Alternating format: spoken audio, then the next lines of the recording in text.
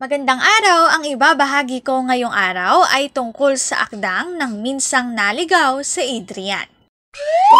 Magbasa, makinig, matuto at magsaya. Ako si Binibining Menya. Handa na ba kayo? Tara na, umpisa na nating isa-isahin at pirapirasuhin ang mga detalyeng nakapaloob dito. Katulad ng binanggit ko kanina, ang ibabahagi ko ngayong araw ay tungkol sa akdang ng minsang naligaw sa Adrian. Partikular na sa aral o mensahe ng akdang ito. Ang aral na makukuha natin sa kwento ay dapat hindi tayo gumawa ng masama sa kapwa, lalo na sa ating pamilya.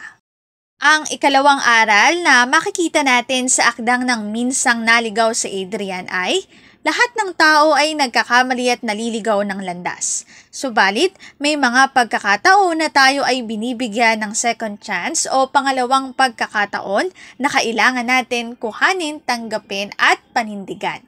Ipakita natin sa tao na nagbigay sa atin ng pangalawang pagkakataon na deserve natin yung ibinigay nilang muling pagtitiwala.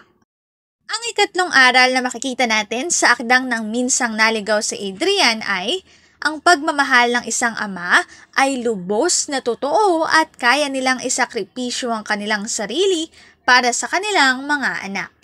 Kaugnay nito, ibabahagi ko lang yung nabasa ko sa Facebook. Ang sabi doon, mahalin natin at igalang natin ang mga magulang natin kasi tayo ang una nilang pangarap. Ibabahagi ko na rin itong isang popular na kasabihan.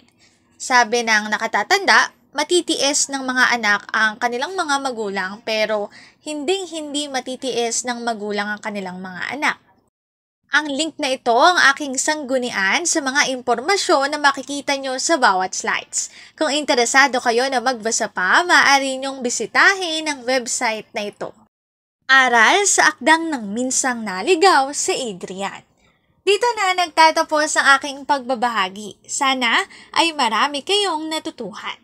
Muli, magbasa, makinig, matuto at magsaya. Ako si Binibining Menya. Paalam!